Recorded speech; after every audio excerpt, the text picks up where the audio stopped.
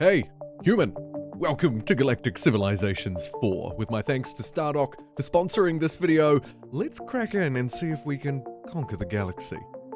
And we begin, of course, with Galactic Civilization 4's wonderful generator, combining AI with a whole load of in-game personalities and cultural focuses to build our own custom faction. Go with the Clangite Legion, or Clangy for short. Efficient. Okay, a superior cybernetic species of machines that are believed to have evolved from an ancient bioorganism, strong-willed, ruthlessly efficient. And it didn't disappoint. Yep, that's pretty accurate. And I think I like the idea of my species being made up of these Luxar. They don't need organic food, they're diligent, intelligent, high resolve. I like the idea of us actually not being that courageous. If somebody comes to get me, I'm a bit scared, and by adjusting these others, we've got just the right balance, perhaps.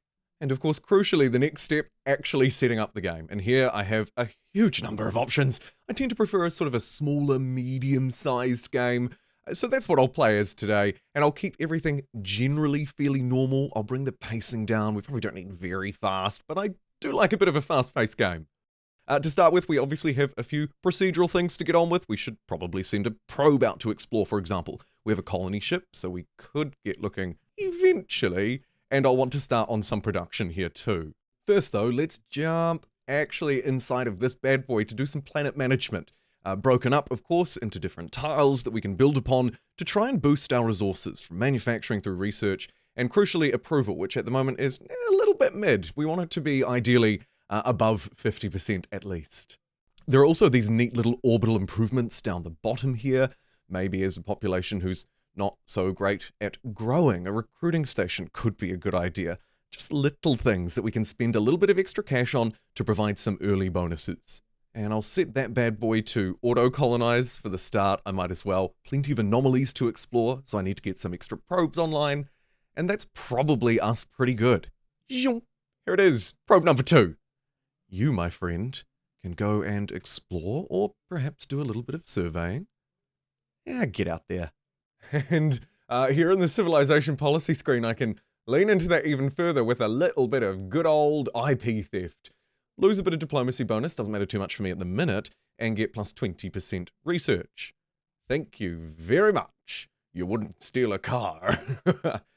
Finally, of course, I should consider building these generic districts: agriculture, entertainment, finance, manufacturing, and research. I don't have to just use these unique improvements.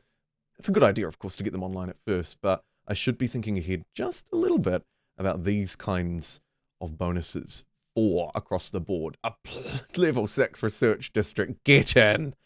Moving through a few turns and, what? Furby? We need the universal translator. So I'll just fake smile and nod as if I understand. Generally a good strategy. And here we can see them. Skoll and Fen. They're not too close. The galaxy is expanding. And with asteroid mining unlocked and a free miner, I can send it over here and establish our first mining base. Obviously, it's not just the planet building that I need to focus on, but the galaxy at large. And this ship here, diligently surveying, can be upgraded. There are lots of different upgrades. I have an Illyrium. Let's give it plus 2 beam attack. I'm not fighting anybody at the minute, but I don't know, it seems kind of fun. And actually, instead of sending it to the space junk, I might send it to the slightly more exciting artifact, lost by a powerful civilization, rare, with much greater rewards. I also see this culture relic here, where if I get the technology and build a starbase near it, I can study it. And of course, I've built my constructor ship now too, so I could send that bad boy out this way, use it to construct a starbase, increase my influence, as you can see doing here with our asteroid mining, and maybe study some dudes, some cultural dudes. And it's time to colonize our first planet, or second, I suppose. Even Star the second? No, I don't think so. Super planet 5000. Our first colony. Oh my goodness, and here's another one! So back to super planet 5000, it suffers from heavy thunderstorms. So heavy that they can supercharge, channeling its energy into bodies of anybody who comes nearby. kind of crazy, a little bit mad. Let me lean into progressivism just a pinch more. Or do I want the extra growth? No. Let's go research, baby. And here they are, the colony of Super Planet 5000. Would we like to assign a governor? Not particularly loyal dudes, are they? Although this guy's at least brilliant. Plus 15% resistance. But shadowphobic. I mean, much cheaper. You're in. Now that we have a governor, we can treat it like a proper planet. Lathering, rinsing, and repeating the kind of number get big game that I'm trying to build here. Super Planet 5000 as well, by the way, in its defense, is actually kind of a super planet, fairly big, class 21, amazing. Unlike the other one that we picked up, back over here in old Bland Rock, it's a bit of a poor planet. I might just sort of ignore that one just a little bit for the time being. And it's time to colonize yet another planet. I'm going to start to run out of brilliantly creative ideas like Super Planet 5000 at this rate. Broadstar. I feel like the naming conventions of an early colonizer. I see a dirty river and I'm like, river dirt. Broadstar is a fairly poor planet, a little bit frozen, but it's all good, right? It's hooked up as a colony, sending resources in to Super Planet 5000. So kind of working as intended. Should probably also get a shipyard built here as well, just in case we need to build some ships. We can have 2 of them up and running. Speaking of building things, back over here, the constructor. It's just in range of this relic. It could also hook up to all of these asteroids, but not quite that resource. So I guess I'll just have to take that, maybe position it slightly further away from this planet, try and expand my influence out just that little bit further. And then I have to choose the type of base, a defensive one or a communications base. And I think for the minute, probably a communications base is okay. Here is the starbase itself and the available module. As you can see, the Xenoarchaeology Lab. And our first precursor relic. Wonderful. Influence growth on colony and influence growth on starbase, 5%. The Baratak Grove have assigned a diplomat to me, so maybe I extend the olive branch, buy this highly loyal but slightly more expensive dude, and see if we can make a buddy along the way. Good luck to me. With the Starbase modules technology unlocked, not only do I get to build a lot more, it leads us towards orbital mining, but I'll also get some free ships out of it. Another one of the nice benefits from the early technologies is you tend to get gifted a few ships as you explore and upgrade. In this case, of course, constructors useful for building more star bases, and obviously it's not just for the cultural relics, it's also for the resources, right? The asteroids, for example. Here we have some higher quality resource and just a shitload of asteroids. Oh, this situation report event's quite interesting. So there's been a coup by one of my esteemed generals. I can choose +1 relations with these dudes, hopefully my friends, and lean into totalitarianism, or say, all good, pacifism, man, and lose my control. I think we're gonna do that one. Okay.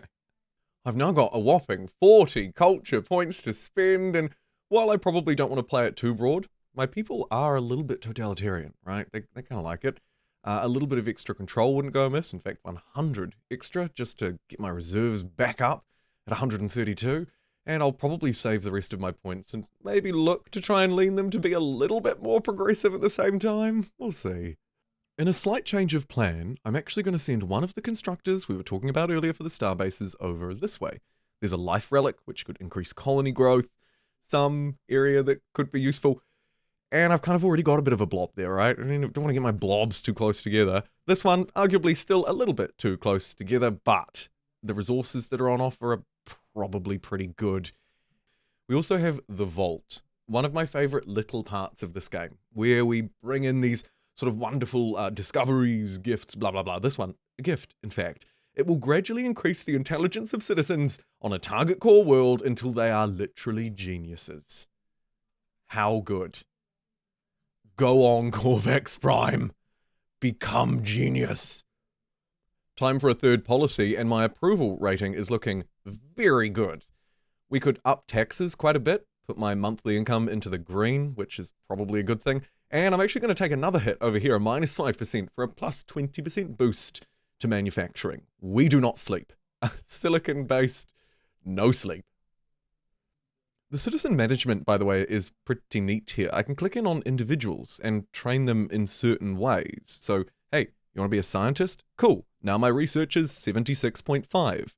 But I've given up other resource to do that. It's a little micro, but really surprisingly quite easy to use.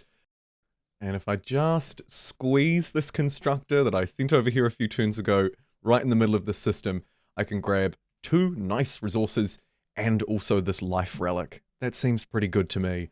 I don't yet have a military base, so let's get one. It's also probably time now to pay attention a little bit more to these dudes. I'm looking for somebody to be my Minister of War. You might be slightly better, but this guy, look at that loyalty. Hello. And then, of course, drag and drop them into this ministerial portfolio, increasing ship hit points and resistance based on their resolve. I think I should probably also take care of this boulder fleet. They are really in my way. So let's shoot them just a little bit. Maybe a cheeky missile volley as well. There we go. Here is my homeworld, Corvax Prime, and just across the way, I've just colonized Noshe, which is an amazing planet. Struggling a little bit with some stuff, but check this bad boy out. Whole load of manufacturing potential inside of here. A little bit cheeky approval. Not a bad planet, although at the minute, of course, things are pretty slow. I could choose to send some production here from another one of my planets. Not a terrible idea, actually, looking at this. And I've also unlocked my first experienced subspace stream flight. Say that 5 times fast. And here it is up here, connecting at a whopping plus 900% move. And here, of course, we have it. A brand new world, or in fact, many a world to explore. So let's do just that. I could refit my probe, but I think we'll save our money for now. Let's see what's about. Oh my god. Mind your manners, Korath. We won't intimidate anyone here. Hey, and the peaceful pandas, who you might remember from a previous playthrough of Galactic Civilizations 4. I think we should trade with them. They're peaceful pandas. What's not to love? Let's get an exploration treaty to begin with. Now I can start to get some slightly more advanced ships, different classes, sizes, and of course weapons. And you can get a nice, just quick little overview down the bottom right. Looking into each one, you can see the kinds of weapons that it's got and the kinds of abilities and strengths that it may have.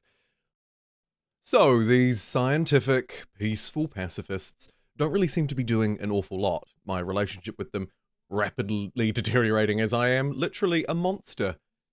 So it's time to declare war, and wars must have an aim. In Galactic Civilizations 4, warlords, literally in the name. So, is it me becoming an aggressive neighbor, a dangerous neighbor, a galactic threat, or a clear and present danger? Basically, am I defending, expanding, conquest, or total annihilation? How aggressive do I want to be? The longer the conflict endures, the greater the negative impact. I think probably somewhere roughly in the middle, expansion. I mean, annihilation is tempting, but I think expansion and or conquest is probably a good idea. Oh, and shots fired. They're fleeing. Well, little juicy mimic core world. Looks like it's just you and me. Pew, pew, pew, pew, pew. Their little fleets can't do anything. My newly established starbase up here is under a little bit of fire as well. I'll need to get some upgrades on that if the tiny fleets are going to keep coming through, being a pain in the backside.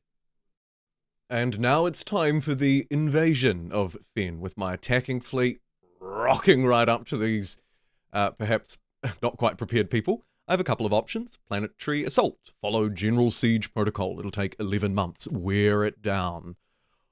Or Orbital Bombardment. 2 months. Use ship-mounted artillery to wreak havoc on the planet. As you can see, it will cause a lot of devastation. But after the siege, it'll only be limited for about 10 months. Now, if I tried to do it a different way with the actual invasion force, we could go for surface invasions. However, strength, pretty good. lots of ships around, and probably my sea ships actually coming in trumps here. Let's do that instead. And there we have it, folks. Situation report fairly straightforward. The Mimit Brotherhood have been destroyed. We could take out some remaining ships, and of course the battle doesn't just have to be done in that quick view, select the button, fire your laser beams on the strategic view. You can also jump into the actual battle view itself, get a feel for, okay, do I need more light screening ships? Do I have too many capital ships? Not enough. In this case, of course, the fight, fairly straightforward for me. I think I will shift my diplomat over to the peaceful pandas, who are going to become my new quote-unquote friend, and maybe the Grove begins to suffer.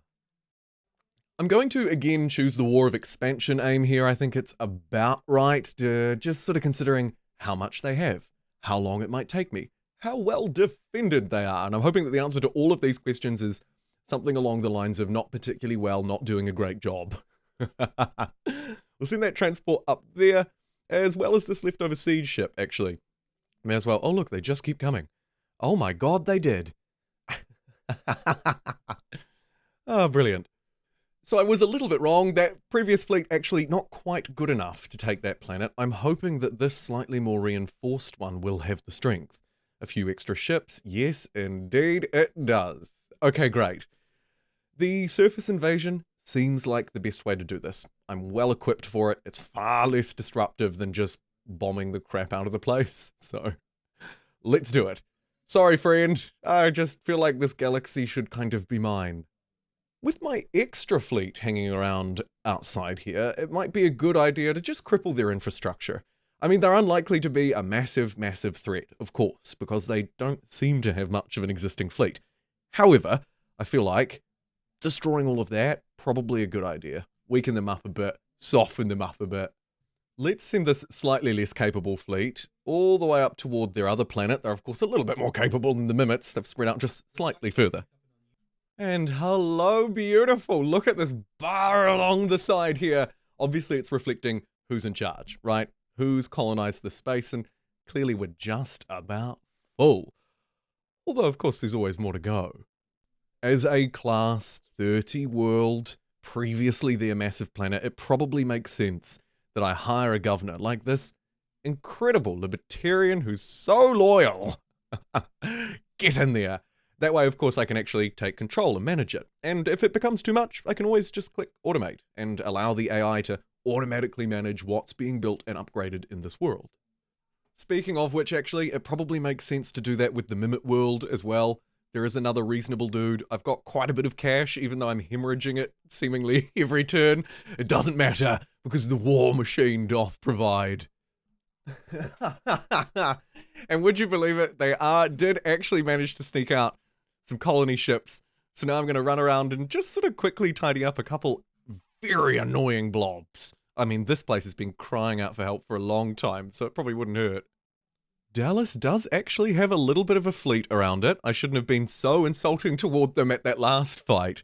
Yet again, though, fairly well balanced in my favor. We shouldn't struggle too much. I can bang up the playback speed down the bottom here to quickly move through what is a beautiful looking battle screen and see that we're highly victorious. Brilliant. Now invading Mohaun II, I'm thinking, actually, for this one, maybe not a surface invasion. Minus 50% planetary defenses during siege is great. It does nuke the approval a bit. The more conventional version would literally just hurt the approval.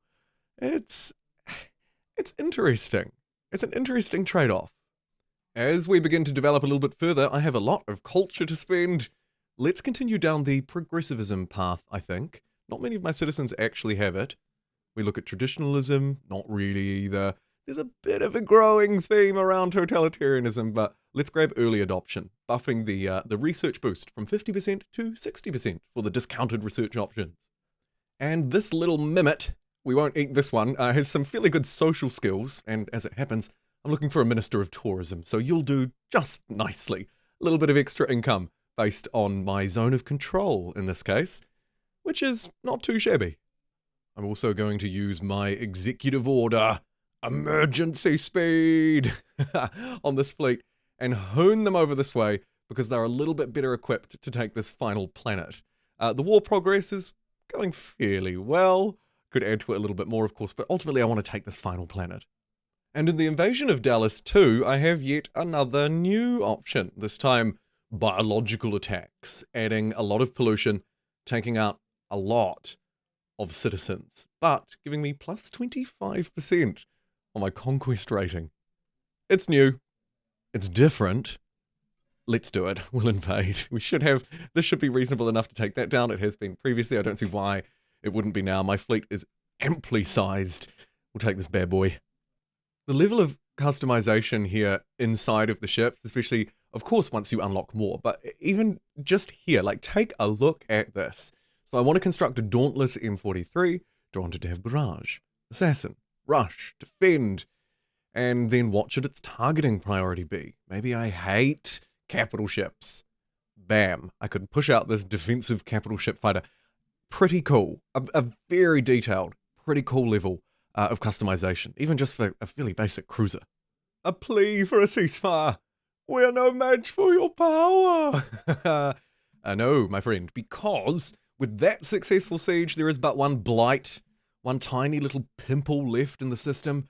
Just this little one right here, Titus the First, which is being encroached on pretty heavily already, not only by my influence, but also by these fleets, which are headed straight to it. Let's drop the old biological bomb on these bad boys and take it. While I patrol the galaxy, we might as well take out this heavily defended precursor anomaly too, sweep up that shipyard, destroy those, except for the big bad boy that's left over, and then of course finally take that planet, and there it is, the Baratak Grove have been destroyed. Those ominous green eyes. Might as well mop up some more ghost bear fleets while I'm flying around here too. I didn't choose to be the Galactic Police. The Galactic Police chose me, okay? That's what we're going with. And there we have it, folks. The yellow blight on this system is no more. Equal blight on this system, but far more minor. So is that shipyard. And would you look at this? I mean, that's pretty cool. Wait. What is this minor world? You. Fine. It's a war of defense. I'm being invaded. I'll show you to quickly sneak a world in under my nose. Let's do a surface invasion this time, feeling a little bit more generous against this minor race. Not really being invaded, just some people who could have been my friend, who will take down. And there we are, that little blight also gone, and with that, this entire part is mine. Obviously, Galciv 4 has plenty more to explore, more people to conquer, but for now, I'm going to leave this video here. Thank you so much for joining me today, and thanks again to Galactic Civilizations 4 for sponsoring this video. If you want to check out this wonderful 4X turn-based space adventure, you can do so using the link down below. And if you'd like to see more, let me know. I'm always trying to cover more things, and I'd love to take your feedback on it. Until next time, I'll see you then. Take care.